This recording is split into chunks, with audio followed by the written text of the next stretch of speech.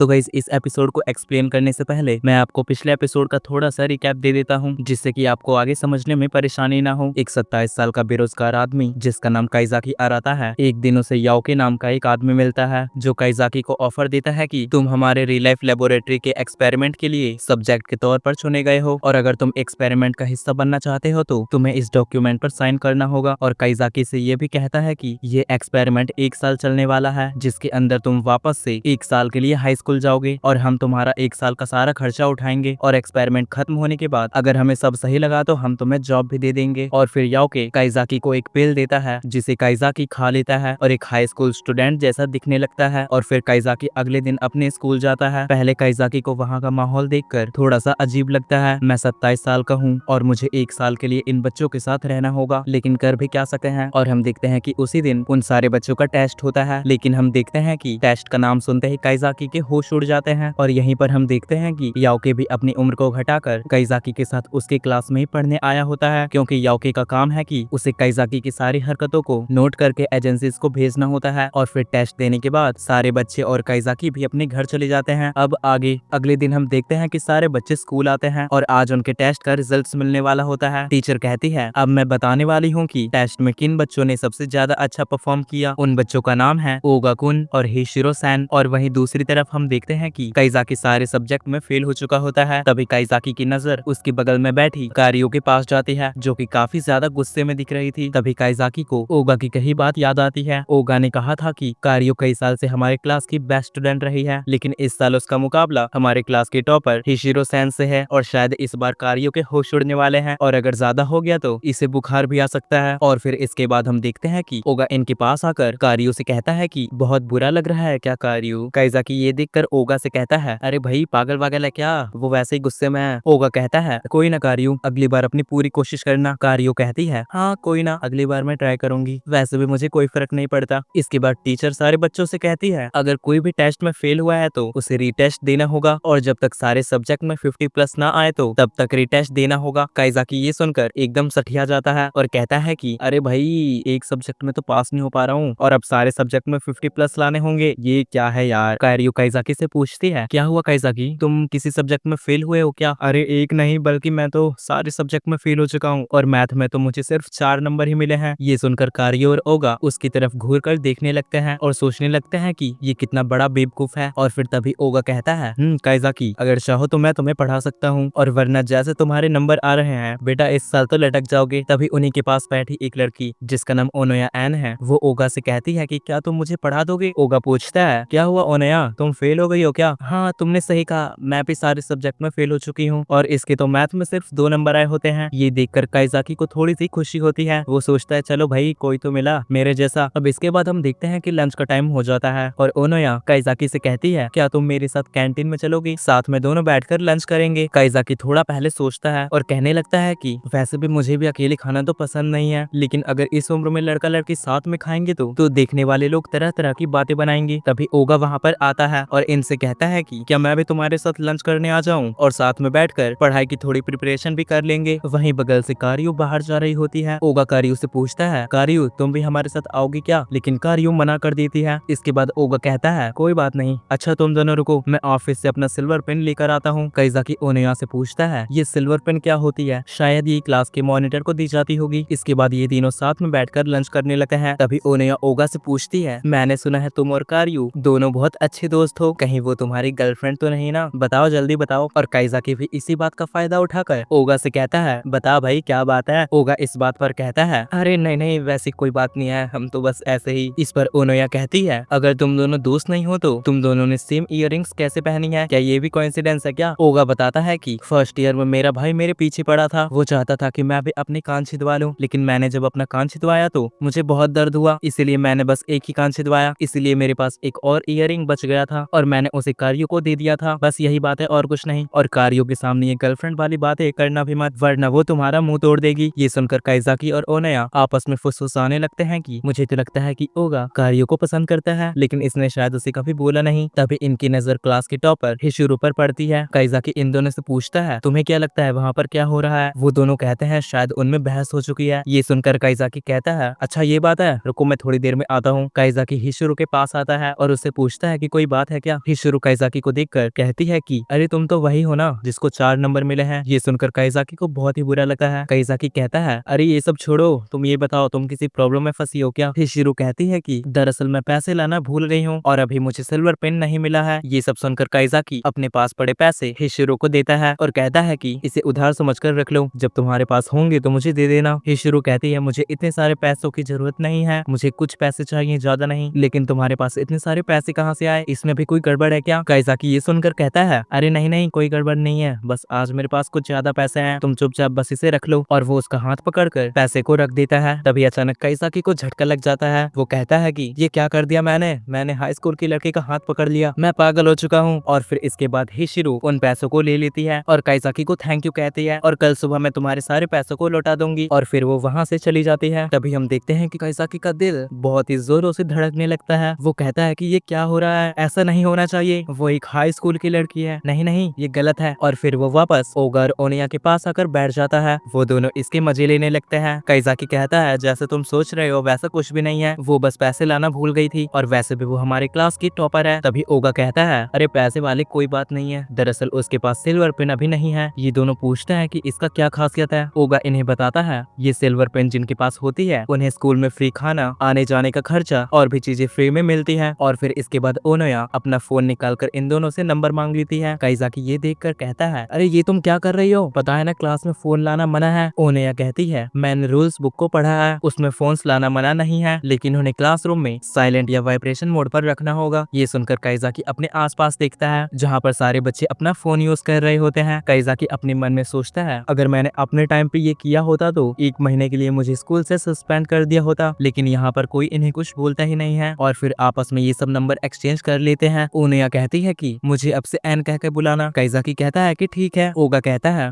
भाई तू ये क्या कर रहा है, तो समझ भी रहा है वो क्या कह रही है, तू लड़कियों के साथ बहुत ही जल्दी घुल मिल जाता है। काइजाकी कहता है हाँ तो इसमें गलत क्या है। अब इसके बाद हम देखते हैं कि काइजाकी अपॉलॉजी लेटर को लिखकर स्टाफ रूम में मैम को देने आया होता है, क्योंकि उसके बैग से सिगरेट की पैकेट मिली थी। जैसे ही वो वहाँ पर जाता है सामने दरवाजे से हिशिरो निकलती है और काइजाकी को देखकर कहती है तुम तो वही 4 नंबर वाले हो है ना। काइजाकी कहता है ये कौन सा तरीका है किसी को याद रखने का। हिशिरो कहती है मुझे माफ करना, दरअसल मुझे तुम्हारा नाम नहीं पता है। और फिर काइजाकी उसे अपना नाम बताता है। और फिर हिशिरो पूछती है तुम्हें मेरा नाम कैसे पता चला, और तुमने लंच के टाइम पे भी मुझे मेरा नाम लेकर पुकारा था। काइजाकी कहता है स्कूल के फर्स्ट डे के दिन ही सारे बच्चों ने अपना इंट्रोडक्शन दिया था और आज सुबह ही टेस्ट में तुम्हारे बारे में सबको बताया गया। हिशिरो कहती है तुम्हें तो सब याद रहता है, लेकिन तुम फिर भी बेवकूफ हो। काइजाकी पूछता है कि तुम यहाँ पर क्यों आई थी। दरअसल मैं अपना सिल्वर पेन यहाँ पर लेने आई थी और मुझे कुछ सवाल के आंसर पूछने थे। काइजाकी कहता है तुम तो बहुत सीरियस हो, तुमने क्या कहा? मैं सीरियस हूँ? मैं तुम्हें बोर दिखने वाली लगती हूँ क्या? अरे नहीं नहीं मेरा वो मतलब नहीं था, मुझे लगा तुमने पिछली बार क्लास में टॉप किया था इसीलिए मुझे लगा कि तुम सीरियस हो, सॉरी अगर तुम्हें बुरा लगा हो तो। और क्या तुम सभी से इसी तरह से बात करती हो? हिशिरो कहती है क्या तुम्हें मेरे बात करने का तरीका अच्छा नहीं लगा? कई लोगों ने मुझे ऐसा कहा है और इतने बड़े होने के बावजूद भी आज तक मेरा कोई क्लोज फ्रेंड नहीं बना, लेकिन मुझे इससे तो कोई प्रॉब्लम नहीं हुई, बट शायद मेरे बिहेवियर से लोगों को थोड़ा बुरा लगता होगा। मैं भी इसे बदलना चाहती हूँ बट मुझे पता नहीं है कि मैं शुरुआत कहाँ से करूँ। क्या तुम मेरी इसमें थोड़ी हेल्प कर सकते हो? और क्या मैं सच में खड़ूस हूँ जो लोग मुझसे दूर भागते हैं? काइजाकी ये सब सुनकर कहता है हाँ मेरे ख्याल से भी तुम्हें कुछ बदलाव करने चाहिए, सबसे पहले तो तुम्हें थोड़ा मुस्कुराना चाहिए। ये सुनकर हिशिरो थोड़ा सा स्माइल करती है, कुछ ऐसा। ये देखकर काइजाकी कहता है तुम मुझे डराना चाहती हो क्या? तुम कैसी लड़की हो, तुम्हें तो मुस्कुराना भी नहीं आता, इस तरह से सिर्फ तुम्हारे दुश्मन बनेंगे, दोस्त नहीं। ये सुनकर हिशिरो थोड़ा सा इमोशनल हो जाती है और कहती है कि मुझे तो मुस्कुराना भी नहीं आता, शायद मेरे कभी भी दोस्त नहीं बनेंगे और मैं बिल्कुल अकेली रह जाऊंगी। काइजाकी कहता है मैं भी बिल्कुल ऐसा ही था, मैं जैसा अपना फ्यूचर चाहता था मुझे वैसा नहीं मिला। काइजाकी हिशिरो से कहता है तुम्हें जल्दबाजी नहीं करनी चाहिए, लेकिन हिशिरो कहती है मैं जल्दबाजी कैसे ना करूं, ये हाई स्कूल का आखिरी साल है। इसके बाद हम देखते हैं कि काइजाकी यहाँ से जाने लगा है। तभी हिशिरो उसे रोकती है और उससे कहती है कि क्या मुझे तुम्हारा फोन मिल सकता है? ये सुनकर काइजाकी कहता है तुम्हें मेरा फोन चाहिए? मुझे समझ नहीं आ रहा है कि मैं तुम्हें क्या जवाब दूं। हिशिरो बताती है कि मेरा मतलब है मुझे तुम्हारा फोन नंबर चाहिए ताकि जब मेरा मन हो मैं तुम्हें कांटेक्ट कर सकूं, और ये इसलिए है कि मैं तुमसे दोस्ती करना चाहती हूँ। मैं पहला स्टेप लेने की कोशिश कर रही हूँ क्योंकि मुझे भी दोस्त बनाने हैं, तुम समझ तो रही हो ना। ये सब सुनकर काइजाकी उसके सिर पर अपना हाथ रखता है और कहता है कोई बात नहीं। हिशिरो उसका हाथ हटाकर कहती है तुम मुझे बेवकूफ समझते हो क्या, बेवकूफ कहीं के। काइजाकी कहता है अब तो मेरा मजाक उड़ाना बंद कर दो, बहुत देर से मेरी इज्जत उछाल रखी है। तभी हिशिरो मुस्कुराकर कहती है तुम भी बिल्कुल मेरे जैसे हो। ये देखकर काइजाकी कहता है देखा तुम भी मुस्कुरा सकी हो। और हम देखते हैं कि ये सब याओके वहीं पर छुपकर ये सब देखकर मुस्कुरा रहा होता है। अब अगले सीन में हम देखते हैं कि काइजाकी अपने घर पर होता है और वो वहाँ पर अपने रीटेस्ट के लिए तैयारी कर रहा होता है, लेकिन उसे वो बहुत मुश्किल लगता है। तभी वो अपने सिगरेट के पैकेट में से एक सिगरेट निकालता है, लेकिन तभी उसे अपने टीचर की याद आती है जब उन्होंने इसे मना किया था कि इस उम्र में सिगरेट पीना मना है और ये आदत बहुत ही बुरी है। और फिर काइजाकी सिगरेट को नीचे रखकर याओके को फोन लगाता है और उससे पूछता है कि क्या मैं स्मोक कर सकता हूँ। याओके उसे बताता है कि तुम सिर्फ दिखने में ही 17 साल के हो, लेकिन असल में तुम 27 साल के हो, तो इसमें कोई बुरी बात नहीं है, लेकिन तुमने हिशिरो को मुस्कुराना सिखाया है। लेकिन अगर उसे पता चला कि तुम सिगरेट पीते हो तो उसे बुरा लगेगा। ये सुनकर काइजाकी चौंक जाता है और उससे पूछता है कि तुम ये सब देख रहे थे। याओके कहता है मुझे लगता है कि तुम हिशिरो को पसंद करने लगे हो, उसके साथ कुछ बुरा मत करना।